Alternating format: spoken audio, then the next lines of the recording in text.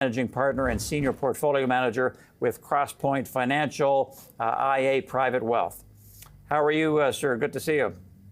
I'm doing well, thanks. Thanks for having me here.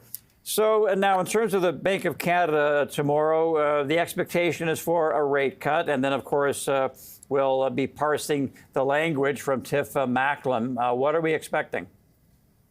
Yeah, I think the consensus is a quarter-point cut. We're already at the high end of the range that they target at 3.25, right? So it's likely to be coming down. And the Canadian economy has been weaker for quite some time, growing at around 1.7% a quarter in last quarter of 24. And so it's likely to see that cut is needed, especially with the threat of tariffs looming. That seems like the wise move to mitigate some of the risk of a slowing economy, and further exacerbated by when you look at the GDP growth per capita, it's been slowing for quite a bit longer, masked by our population growth. And so, yeah, we seem very, very likely, given all the things that are on the time horizon, that we'll be seeing a good cut, and then probably a wait and see. But there's a lot of risks in the system right now. Right. You mentioned tariffs. It's hard to speculate, even though we ask a lot of our guests these questions. But if they do come, it looks like they could be coming this weekend. And so what's the expectation there? And which sectors do you foresee being hit the most? Yeah, it's really hard, right? With the administration currently in power now, it's very hard to see day to day what they're going to do. But obviously, one has to prepare. And I think we're seeing that all levels of government and businesses are doing that, trying to mitigate the risks, seeing what would happen, determining whether they will fight back or not, which is a whole other risk. I think ultimately we all know trade wars and increasing tariffs are not good for either economy going forward. And so we hope that a lot of this is posturing ahead of the 2026 USMCA renegotiation, and that the actual tariffs will be a lot smaller. There have been some really good work on this.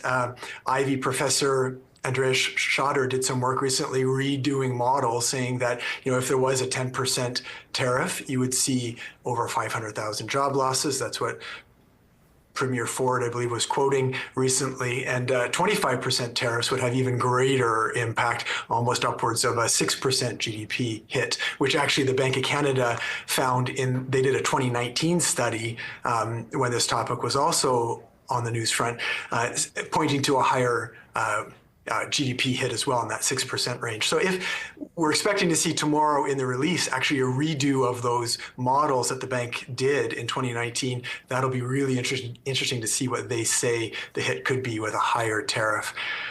Now, as far as what to do or what sectors, obviously the biggest sectors that get hit would be the ones that have more cross-border trade, right? So auto sector comes to mind, manufacturing processes of cars, see them go back and forth across the border numerous times. And if there's hits on each of that movement, we'd see price increases significantly in that space. But there's others as well. The energy sector with moving energy supplies back and forth, chemical and plastic manufacturing, forestry, machinery, all of these areas will be hit the most. And then we think also the clean energy space will take a big setback as support from the U.S. side drops as well. So all of that would result in consumers facing higher prices as well. So getting ready for higher inflation, again, is an important thing to consider. We'll look out for all of those possibilities. Now, Brent, you're spoiling us today as we shift gears. You've got 5 stock ideas. Let's start rolling through those. The first one is Dollarama, which had a great run going for a while there. It's kind of petered out a little bit. What are some of the highlights here with Dollarama? Yeah, I've just chosen a few of the positions that we hold. Our focus for our clients is really owning good businesses, strong fundamentals, free cash flow, return on equity, return on invested capital over cost of capital, all these things that identify for us what's a really good business to own in the long run.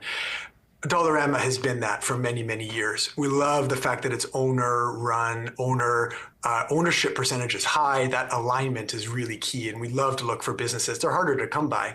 But you layer on sort of a thematic view, though, that if we do hit a harder time in the economy, consumers go to where they can save some money, right? And so not only have we seen, for example, my kids go to dollar stores now because it's fun, but in a tough time economically, I think demand will be even stronger for it. And so, yeah, a little bit of a soft patch. That's normal. It's been an expensive premium stock for a long time because it warrants it with its growth.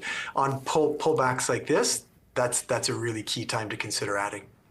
And that's been such a winner for investors over the years, as we know. Metro came out with earnings, and this is sort of a similar theme, safe and steady, and you know what you're getting from Metro. Give us some reasons here as to why you want to buy this. Yeah, very, very similar theme, of course.